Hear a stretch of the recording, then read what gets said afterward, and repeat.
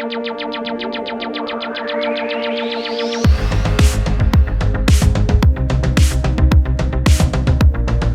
going on, everyone, and welcome to the RabidMining YouTube channel. So it looks like the AMD Ryzen 7 5800X3D has arrived, and I got some hash rates for you. Now, I don't have hash rates for everything, but Raptoreum as well as Haven, we got some numbers. I cannot find where to get these things yet in Canada, so if you know, let me know in the comments below. But a community member did pick one up. We went through some numbers and we got some hash rates on those coins. So let's kind of run through some specs here, and if you haven't yet, be sure to hit that subscribe button. So obviously this is a desktop CPU. Now this is an 8-core 16 thread. So we've been talking about live streams, how well this thing will actually perform, and I was guessing it would be about on par as, say, 5800X's, 5700X's, and the 3700X, because the cores and threads are exactly the same. Really, the only difference this thing has going for it is the fact that it has 96 megabytes of L3 cache. Now, a lot of you out there are thinking, you know what, this is going to improve some massive hash rate increases. And I'm like, you know what, maybe it's not really going to do anything if we even notice anything at all.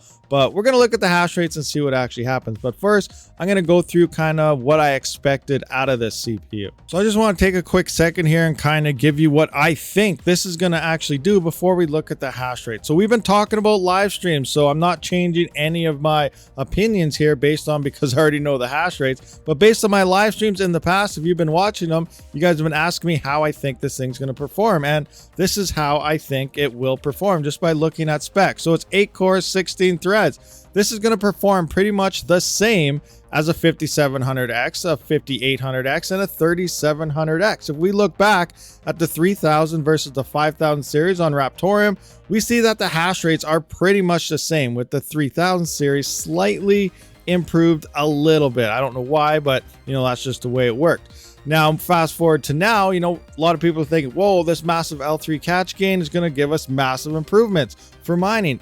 For mining, I don't really think it is. Where the CPU will really shine is on something like Haven. Now, Haven requires 4 megabytes of L3 cache per thread, and a 3900, a 3950X, a 5900, and a 5950X can only utilize 16 threads. So you're only using half your CPU on a 3950 and a 5950X, and 3/4 on a 39 and 5900X. That's where this thing will come into play and able to utilize full 16 threads, hashing about on par with those high-end 3 and 5000 series. And this is where I'm really expecting the 7000 series to do the same thing. If we can utilize the full 59, or I guess 7950X onto something like Haven, it could become the next most profitable coin to mine. Here is the 5800X3D mining Raptoreum, and we can see the average hash rate is 2.6 kilohash, or 2613.7 hashes. Scrolling down, it does look like we're overclocked to 4.4 all-core, and at the level 3 cache, we can confirm this is indeed 96 megabytes of L3 cache. So here's the 5800X3D on Haven, and this is where things get interesting. As you can see, this is indeed utilizing 16 threads, just like what we see on a Ryzen 3900, 3950, 5900, and 5950X CPU. So as for our hash rate on Haven, you can see we're doing 1.2 kilohash, or 1225.2 hashes. We're still overclocked at 4.4 all-core, and I asked them after this to turn down the RAM frequency down to 2400 megahertz and drop the clock speeds of the CPU down to 3.6. That way, I can confirm and match this to a 3900X, as they're both utilizing 16 threads, and also compare Raptoreum hash rates versus a 3700X. Here is the 5800X3D on Haven. After about 15 minutes, it's averaging 1013.2 hashes, or 1 kilohash. And coming in, compared to the 3900X, they are both utilizing 16 threads on Haven. We're still seeing more performance on that 3900X at 1148.8 hashes, or 1.1 kilohash. Now let's have a look at Raptoreum. So at 3.6, or slightly under at 3.592, this is averaging about 2.1 kilohash or 2166.5 hashes. Now I can't confirm, I don't have a screenshot or nothing, so you gotta take my word for it.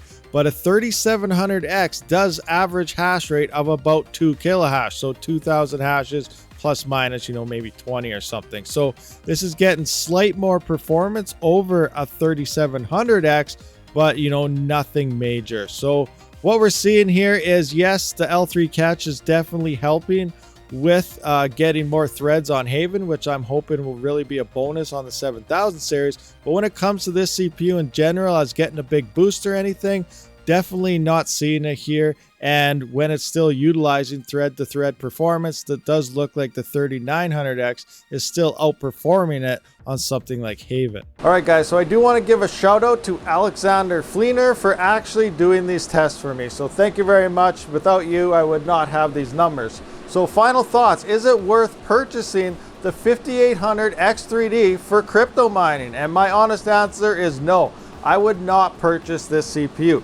Coming in at 449 USD, converted over to 567 Canadian, you could get a 3900X for like $150 cheaper. So I would definitely take that route instead of purchasing the 5800X3D.